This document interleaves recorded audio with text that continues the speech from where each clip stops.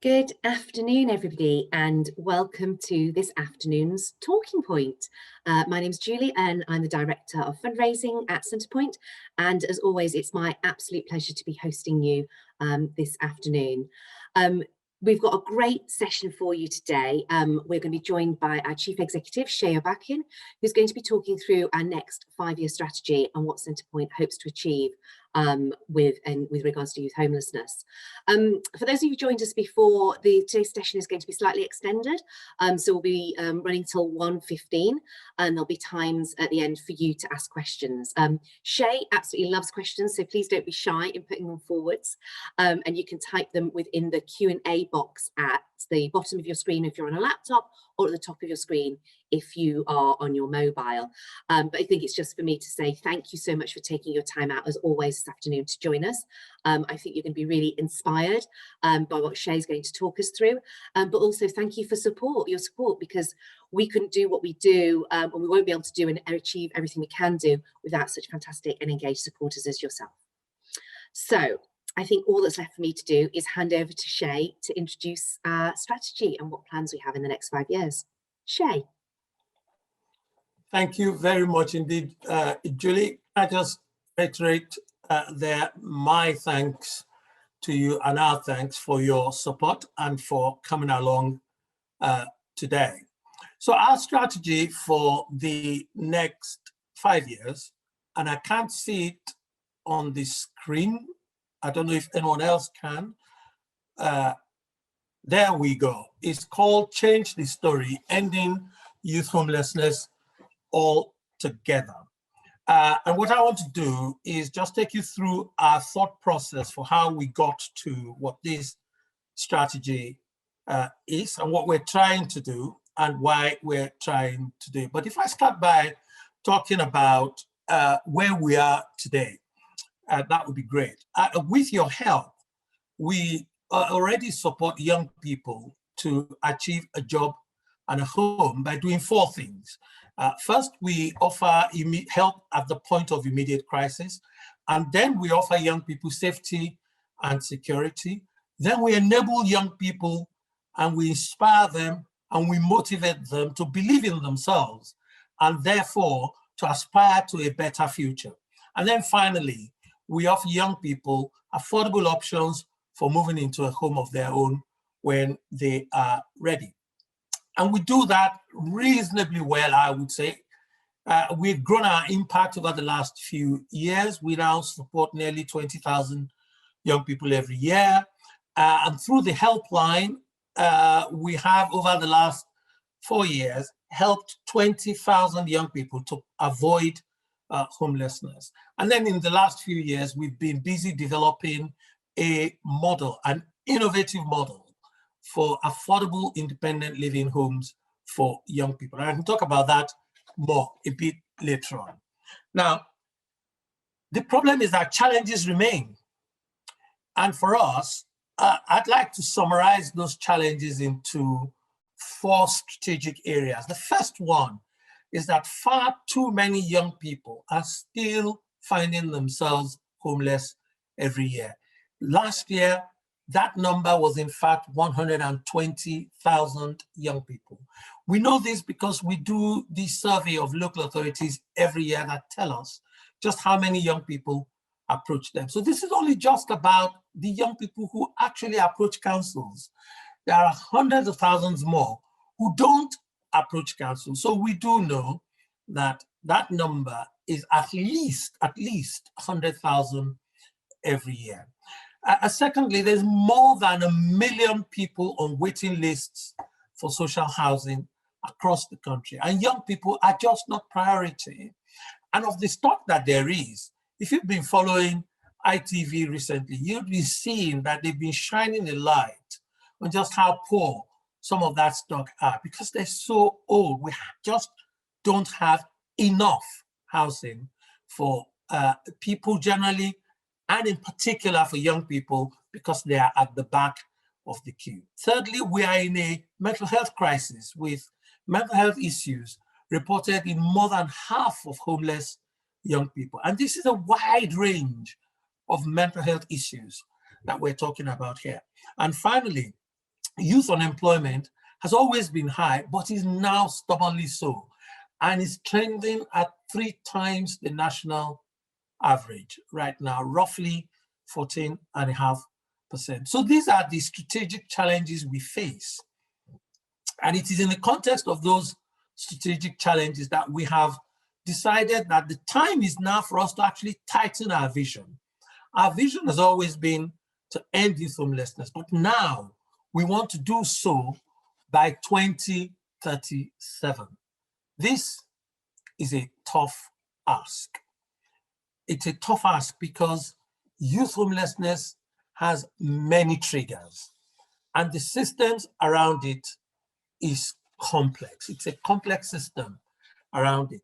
If I may, can I ask you to consider this green circle, just to spend a minute to just describe the system. This green circle with lots of dots around it. And I'd like you to imagine, if you will, that the orange dot in the middle is a young person who is homeless. The white dots just around it are what we know to be the 7 key triggers of youth homelessness. Things like family breakdown, young people living in an institution, young people living care. If you've been following the news today, you've seen a report on just how challenging that care system has been for young people, ending a tenancy, domestic violence. These are some of the 7 triggers that are the immediate triggers for young people being homeless. But those triggers themselves are driven by a multitude of interlinked factors. And those are the ones that we represent with the yellow dots. Things like cultural differences, peer influence, drug and alcohol, family issues, family abuse, and things like that.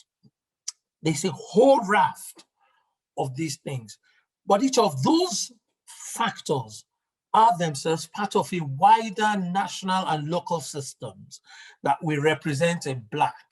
Think of Ministry of Justice, think of Children's Services, think of landlords, think of charities, and so on and so forth. So you can begin to see just how complex this ecosystem is. And yet, if we want to end youth homelessness, we have somehow to affect this ecosystem. So we know, because this ecosystem is so complex, that the threat of homelessness can never be removed for young people.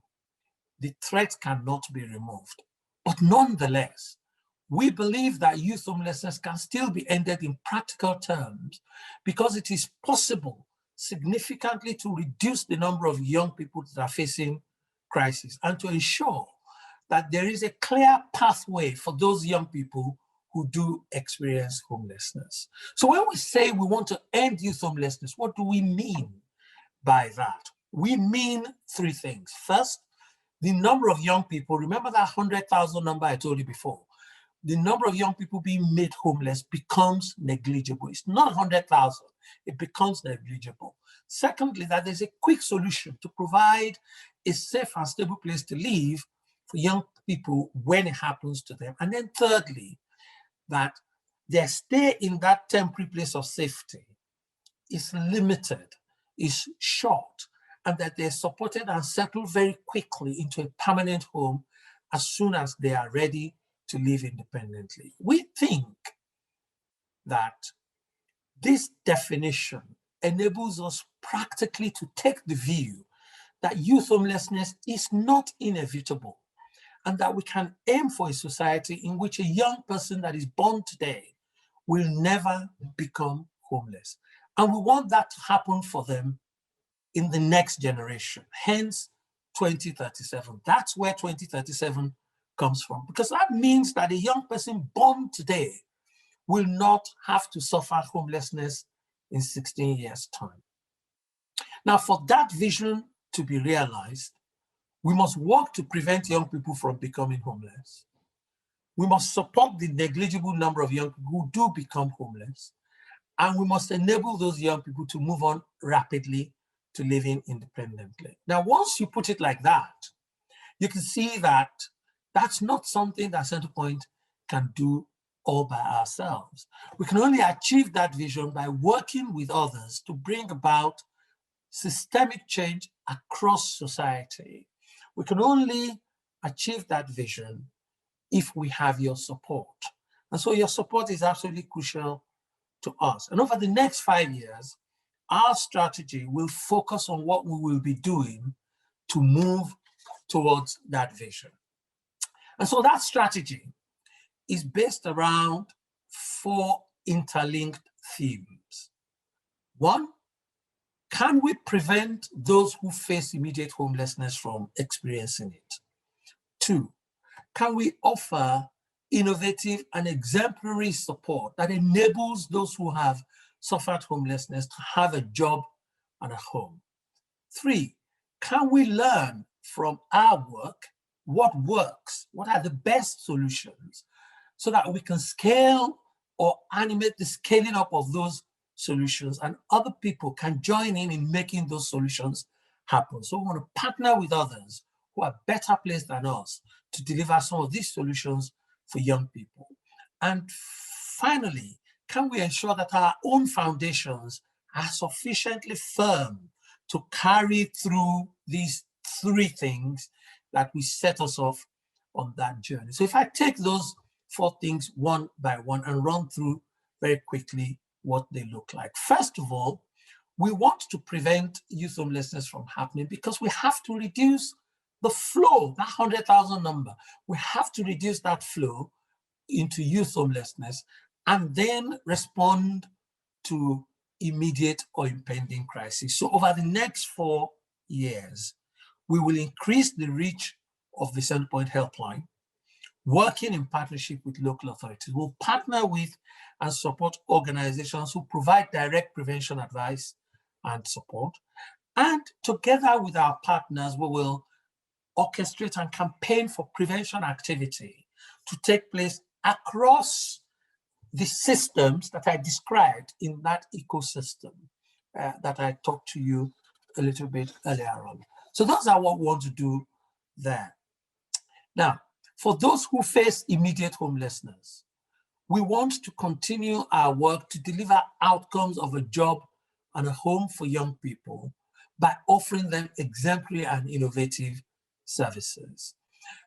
That would enable us to, first of all, understand ourselves, what works, what are the best solutions, and then offer a tangible touch point for your support, including in fundraising. And so our support will be focusing on being really exemplary and innovative in the areas where we already work, around psychologically informed homes for young people, for safety and security, around helping young people to gain the skills that they need, soft and hard, tackling their health issues, and then helping young people to find opportunities for work.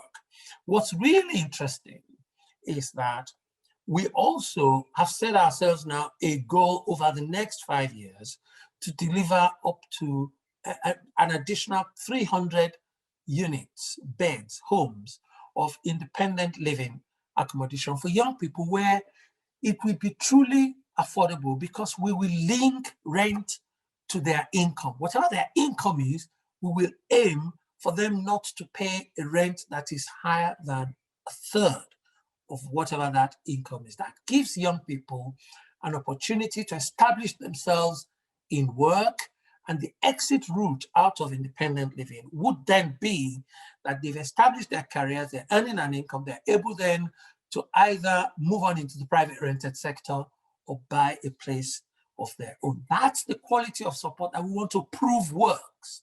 And if we can prove that that works, then we want to amplify that. We want to animate the scaling up of these solutions for delivery by others. And we want the awareness of youth homelessness to be much more widespread than it is now.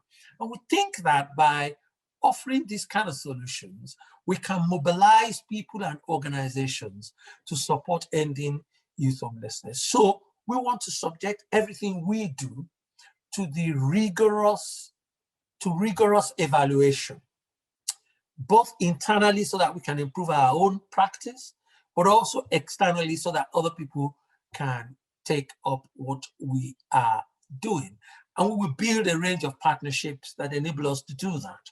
And we need your voice to join with ours so that the voices that are speaking for youth homelessness become much more cogent, much louder, and much more effective. That's what we mean by amplifying solutions that work. And as I said before, all of that can only work if we are ourselves a resilient organization that is inclusive, that is efficient, that is productive, and that is adaptable. So we will be investing in our people, we will be investing in our properties, making sure that all of our properties meet a predefined minimum standard. We don't want to end up on ITV, but we're not doing it because of ITV. We're doing it because it's what young people deserve.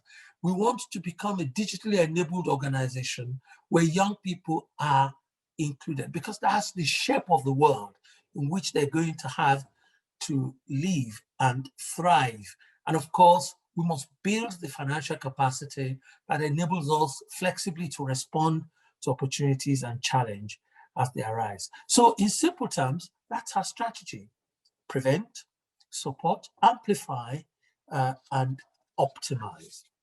And by the time we get to 2026, if we have done well these four things that we say we want to do, we would have built on this flight path that we have set out to ending youth homelessness by 2037. And we'll be cruising towards that goal. That really is what we need your help for now. It is what we need your support for. So in a nutshell, that's our strategy.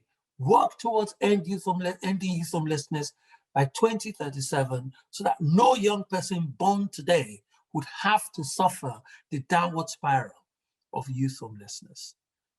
Thank you very much for listening, and I'm happy now to take any questions. And if you ask me a question I can't answer, we'll find the answer and come back to you. Julie. Brilliant. Thank you so much, Seyi. As he said, really excited to get your questions and your thoughts. I know Seyi's covered a lot of ground there, so I'm sure there's lots of questions bubbling away. If you can type those in the Q&A box, either at the bottom of the screen if you're on a laptop, or at the top of the screen if you're on a mobile, we'd love to get your thoughts. But as we're waiting for those to come in, Seyi, you know, like you and I have talked about, we know this is a bold, this is a big and ambitious strategy. What's the thing that keeps you awake at night when you think about achieving this? What's the thing you're like, oh, that's a really, really tough task? Youth homelessness has been a problem for many, many years. We've not ended it for 50 years of Centrepoint trying to do that. Now we set ourselves a goal to end it in 16 years. What we haven't done for 50 years, we want to do in the next 16. I think there's a clarity of thought about how it can happen, but it's not going to be easy. Building the partnerships that we need to make it work, it's not going to be easy. Building the voice that we need to make it work is not going to be easy.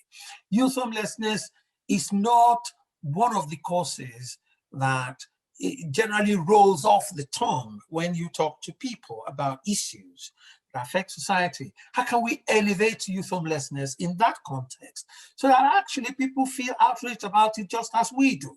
Those are the kind of things that I think are challenging, which we have to get done if we're going to end youth homelessness by 16 years' time. So I think it's exciting. I think about us on a slider, and you know, people are listening to me now. If you think about that slider as on one end of it bravery, at the other end of it foolishness, you might say, are you being foolish or are you being brave? I think we're being brave. I want to go for it. I think it can be done. I think it can as well. I mean, I'm definitely up for the challenge and the journey. And yeah, I know you and I have had that conversation about the sliding scale of foolish to bravery, but let's go with brave. Sheena's message and asked, what measures and tools will be in place to ensure young people are digitally included? So thank you very much, Sheena, for that question. We learned quite a bit about this challenge last year, actually. There's something about the physical tools that young people need to even engage in this sort of digital world that we're talking about. Then there's something about the softwares, the soft tools that they need. So last year, for example, when we had to move our services online, the immediate challenges we faced were that a lot of young people just didn't have the equipment. For those who had the equipment, they didn't have the data. They couldn't afford to buy the data, to connect in that sort of way. We will have to get over all of that stuff if we want young people to be digitally connected. And then we will have to ensure that, having done that, there are digital spaces in which young people can actually go and find the opportunities that they need, and that we are able to connect young people to those spaces. So we are building now a portal for young people, and we will need then to populate that portal so that actually they have ways in which they can reach out and get to the services that they need. But we have to keep ensuring that they have the equipment, they have the data. We need to ensure that all of our residential areas are Wi-Fi enabled, not just in communal areas, but that young people can have that Wi-Fi in their rooms. All of this has cost. We're a charity, it's not easy, but we're committed to doing it. And I think, you know, absolutely everything what you're saying in terms of getting rid of digital poverty for Centrepoint's young people, that enables us to overcome those barriers. So yeah, but your comment on the funding leads very nicely onto a couple of questions. So Sandy and Serena have asked sort of similar questions, so I'm going to sort of put them together. But Sandy's question is, what level of extra funding is needed for the strategy? And Serena has asked, could you please give us an idea of the financial background to your strategy? So I don't know if you want to sort of take those two financial ones together. Yeah, I'm very happy to. So we are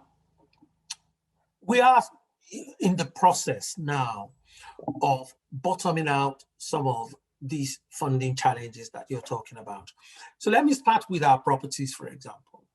We want all of our properties to be reformed so that they are able to meet these needs. So right now, we're lucky that we have the generosity of Knight Frank and another organization who are helping us to run through a condition survey of each of those properties to enable us to identify what the gap is between where they are now and where they need to be.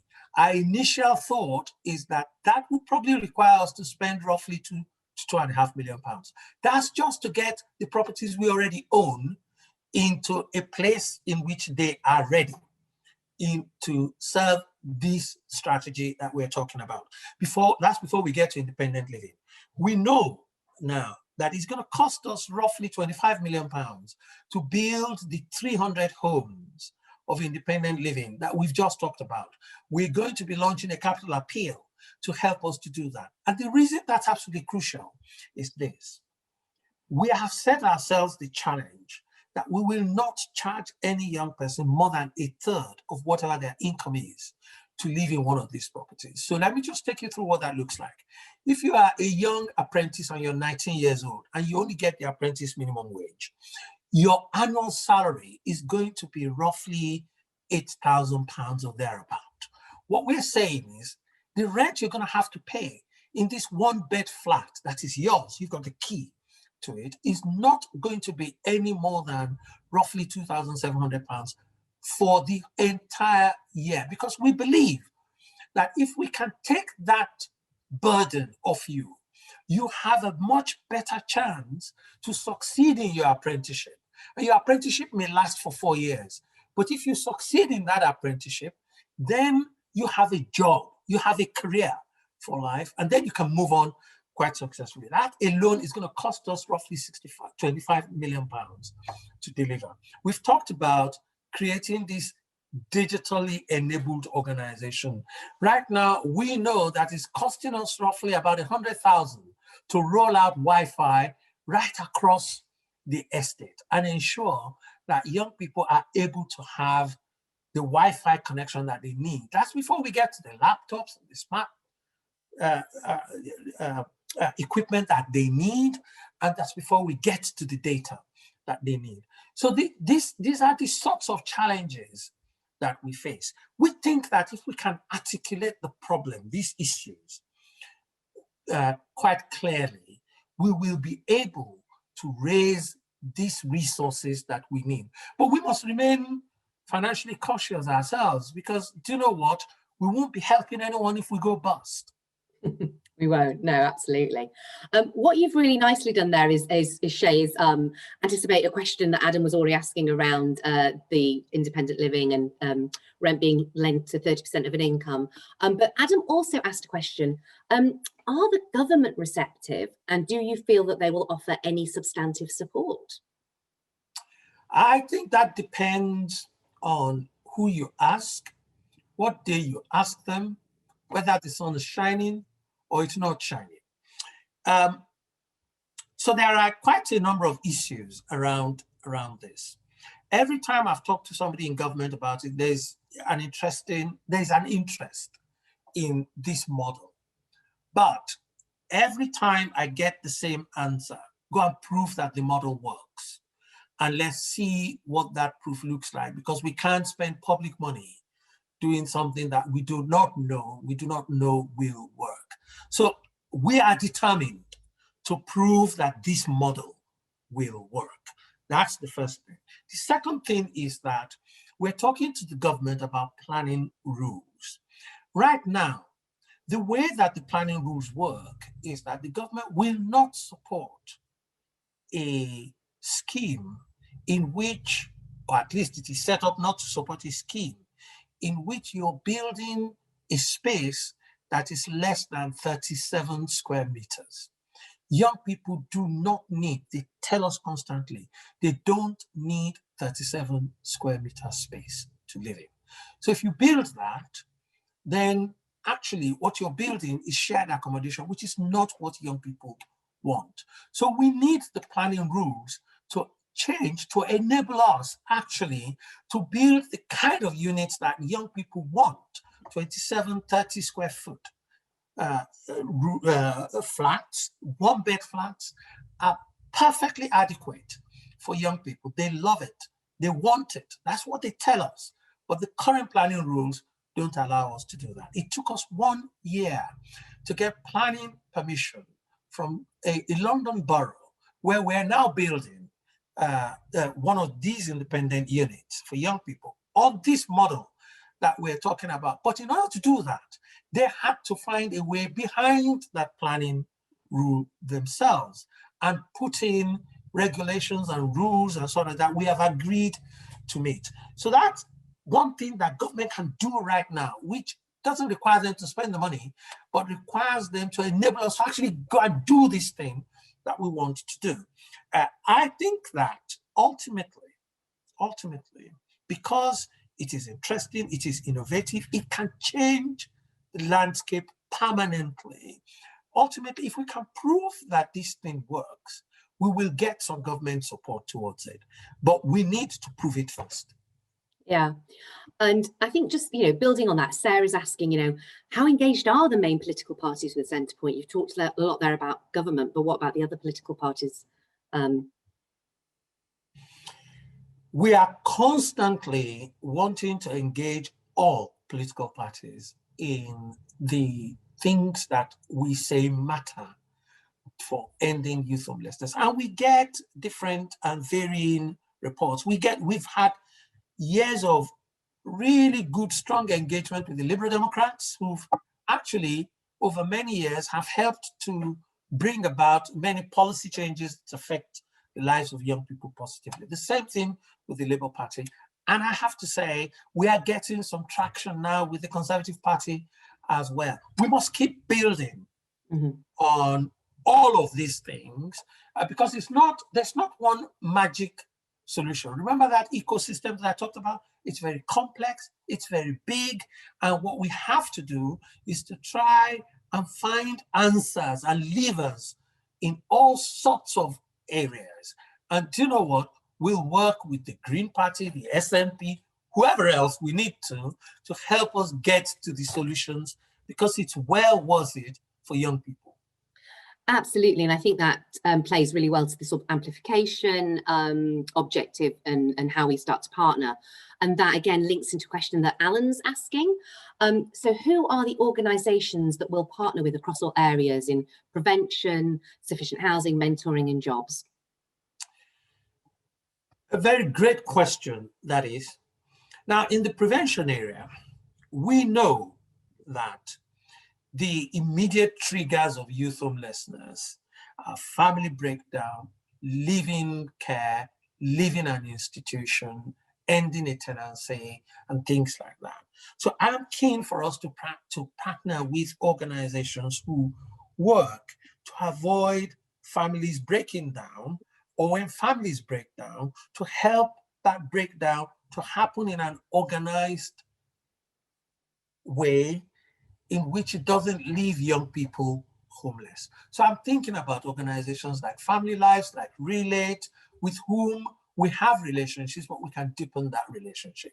In terms of preventing young people from becoming homeless, I'm thinking of organizations like NSPCC, like Banados, who already work with children and young people. We can partner with them so that those young people don't passport from being young people who are in the care system into young people who become homeless. We can work with the Ministry of Justice and the Youth Justice Board and organizations like NACRO to help young people who live in an institution not to find themselves homeless when they come out of that institution. We can work with the Youth Justice Board to ensure that young people, for instance, who are at the edge of custody don't end up in custody because they are homeless. And we can help them not just to avoid custody, but to actually put their lives back on track. And then they don't become homeless. They begin to build a career and they begin to contribute their bit to society.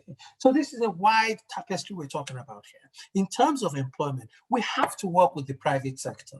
Otherwise, how are we going to get young people into the right apprenticeships? How are we going to find them jobs when they're ready? We need to work with the private sector and partner with organizations who are wanting to give young people a chance. We will provide pastoral care for those young people as they begin their careers, as they begin their journeys in those employment opportunities when it comes. We can take that burden off. And we know that when organizations give young people a chance, young people become loyal to those organizations. So I'm looking, if you're there listening to me and you can offer young people jobs, come and talk to us. We would be delighted to take you up on it.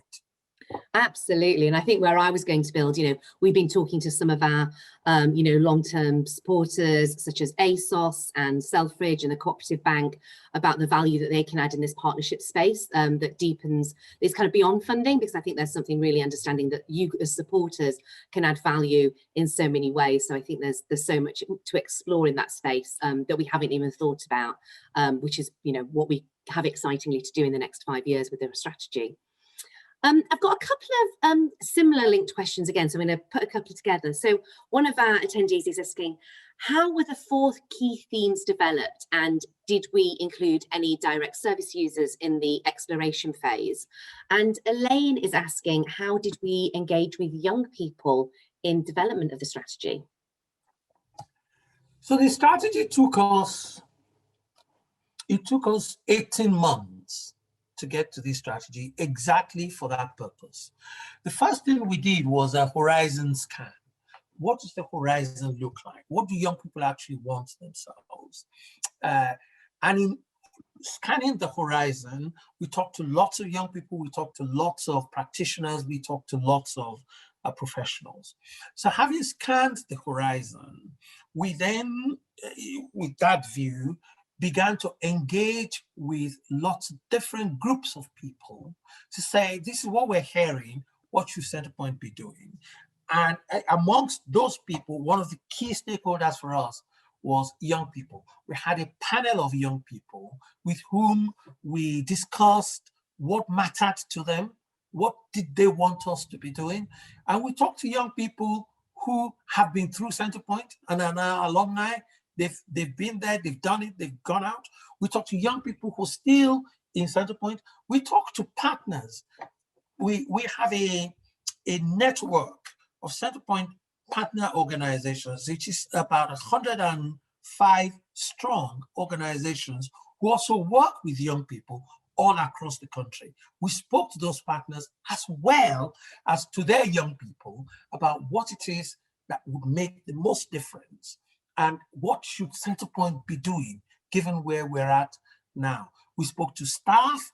We actually even spoke to politicians about how it is that we can actually make a difference to youth homelessness. So it was a wide-ranging consultation that then we synthesized into here are the things that matter. And actually, it was through that process that it became very clear to us that it is time for us to be bold and say, this thing can be done, and it can be done in 16 years.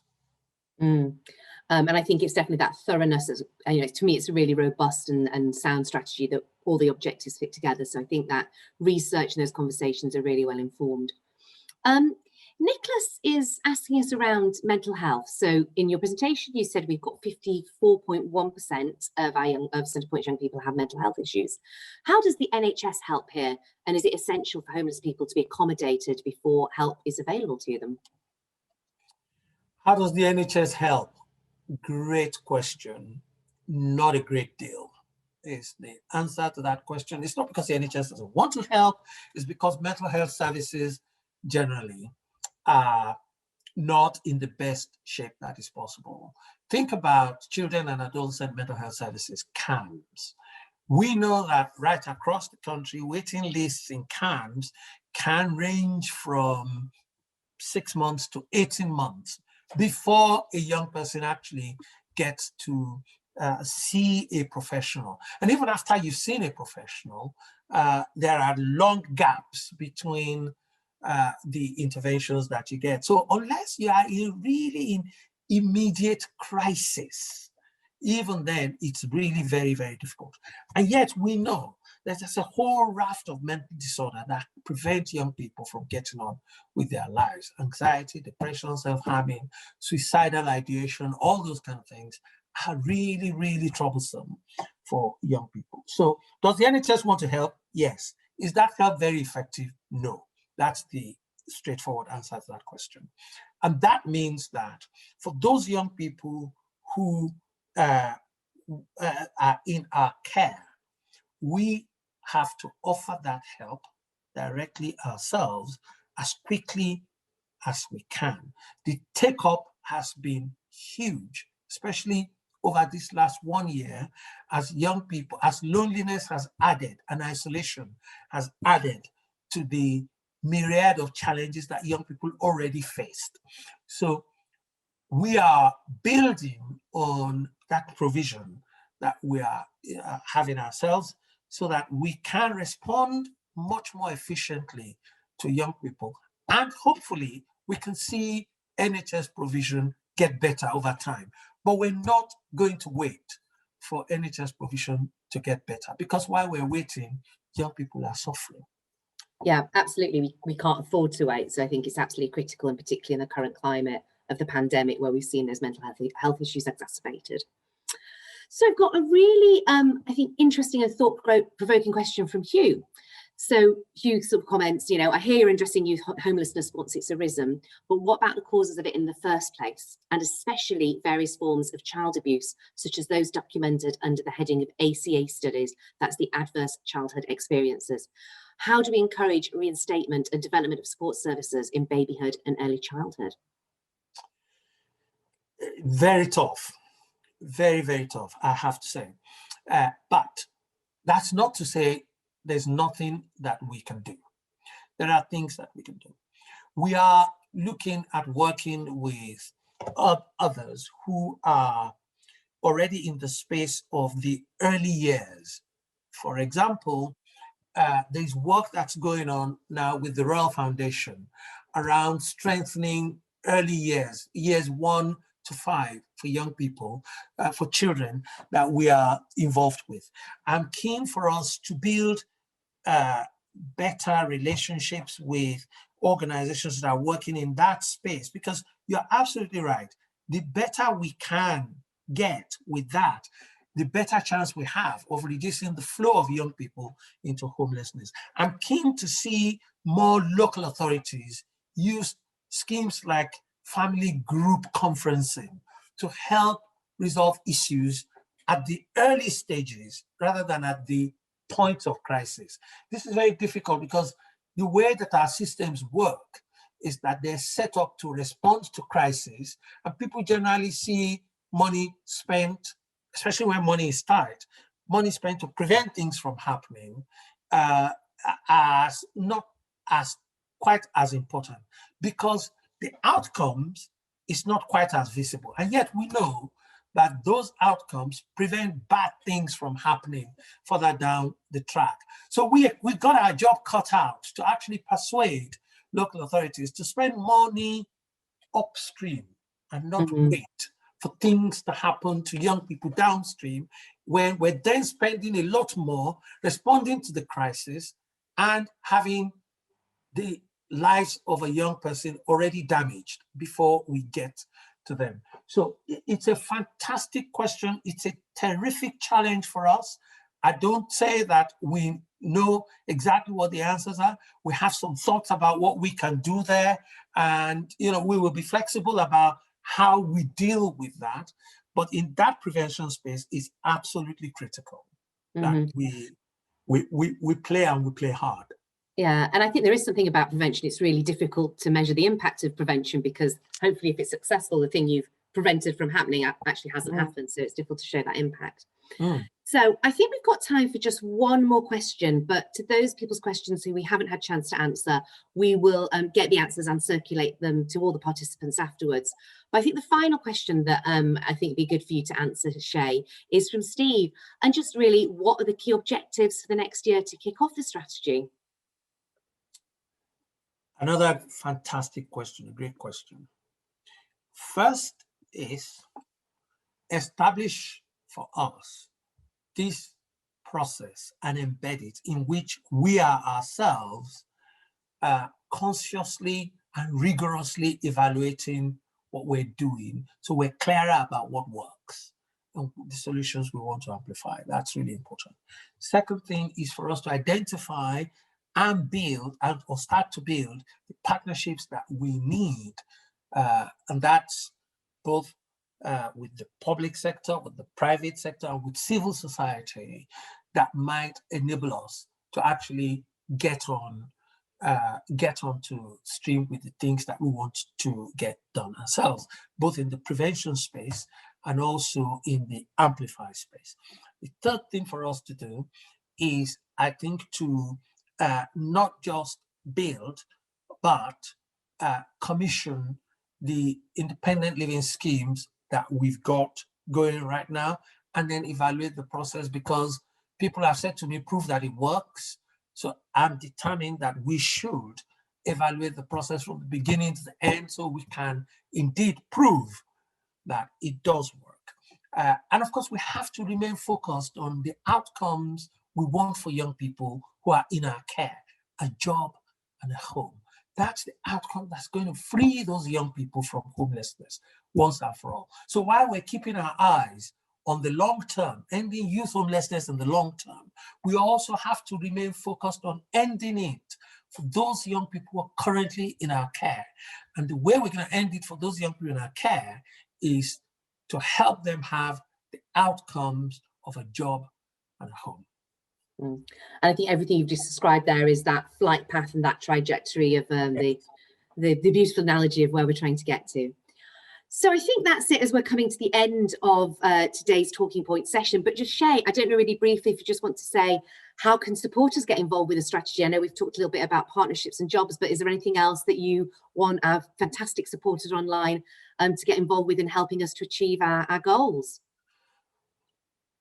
There's a lot packed into this agenda that we have outlined. There's need for money, there's need for land, there's need for influence, there is need for advice, there's need for communication. So These are all the things that we need our supporters to help us with. When we're getting things right, we want to hear it. When we're not getting it right, we want to hear it so we can recalibrate and then get onto the right pathway, because it's not about us, it's about young people. It is about doing the right things for young people. So in any ways that you can support us, if you want to run, if you want to bake, if you want to stay up, whatever it is you want to do, please do. And let us hear your voice and your views. Please come into these talking points. It's encouraging to us that you want to hear what we have to say, and keep supporting homeless young people through Centrepoint. So I don't think I could have said it better myself. Thank you so much, Seyi, for your time and your insight and great answers to brilliant questions that you as our participants have shared with us today. But also thank you as our supporters for continuing to be part of this Centrepoint journey. As Seyi's just explained, you're absolutely integral for us enabling to get on that flight path and to our future of ending youth homelessness by 2037. That's all left for me to do. Our next talking point session in July will be focusing on our homes strategy, which is a new focus for looking at housing and support, and we'll be joined by my fantastic colleague Ed Titherley, who's the Directing of Housing and Support. But that's all from me, and I hope you have a good rest of afternoon. Goodbye. Thank you.